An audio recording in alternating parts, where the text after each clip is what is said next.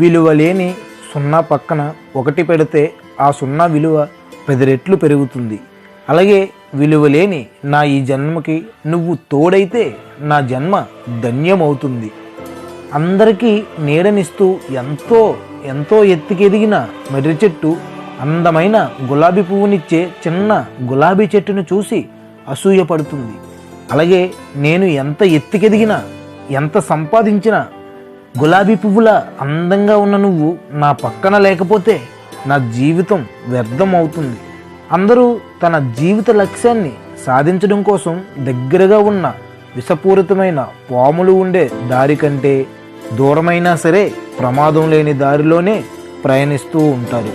కానీ నీతో కలిసి జీవించడమే నా జీవిత లక్ష్యంగా వస్తున్న నాకు దారిలో విషాన్ని చిమ్మే పాములున్నా బుసలు కొట్టే నాగులున్నా నా దారి మల్లదు.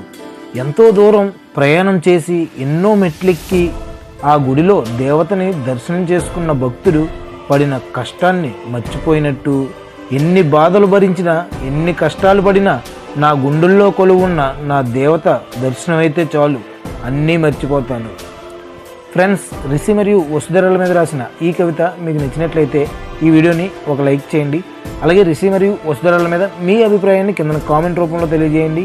మరిన్ని మంచి కవితల గురించి అయితే మన ఛానల్ తప్పకుండా సబ్స్క్రైబ్ చేయండి. Okay friends, bye friends, have a nice day.